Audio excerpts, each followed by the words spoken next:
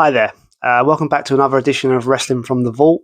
Today, I would like to talk about something I think about a lot, probably too much. It takes up a lot of time in my head sometimes. When I'm bored, or at work when I'm bored and nothing else to think about really. I think about alternative WWF title histories. Um, I just think it's fascinating how some people shouldn't have been champion. Maybe some people should have had less of a title reign. Maybe some people should have had multiple title reigns. Less flip flopping between. Especially in the 2000s, there was a lot of flip flopping, but we'll get to that. So this first part, I'd like to talk about the formation of the WWF title as it was up until the Hulkamania era. So the first part, I would do exactly as it is with Nature Boy Buddy Rogers winning the title in the fictitious tournament in Rio. He could have done it anywhere in the world. I don't know why they chose Rio. They did that for the Intercontinental title as well. But anyway, but then have him lose it exactly how he did in a quick squash match to the next guy, Bruno Sammartino. Just over so bad in New York with the Italian Americans. The big ethnic hero champion.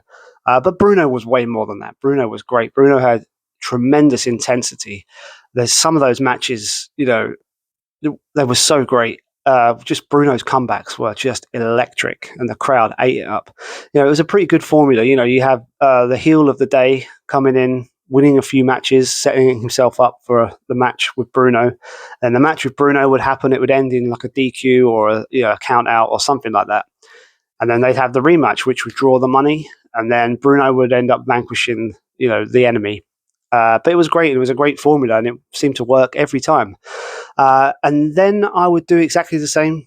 Let Ivan Koloff beat him. There's that great story. I think it was Bruno who told it about how when Ivan Koloff got the winning pin, the whole of MSG fell deathly silent. That I think he said he thought that he actually went deaf.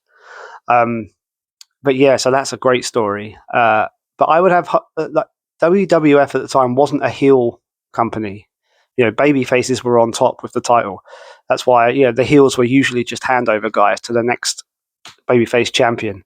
But I would have Ivan hold it for a couple of years while Bruno, was out, because I don't think that the title goes to Pedro Morales, but I don't think he had the same aura as Sammartino, and there's not a lot of really good footage of Pedro Morales matches out there, so it's hard to judge. But I don't think he was as good as Bruno. His matches certainly weren't as good from what I've seen. So I just think you could have Ivan. You could change the way.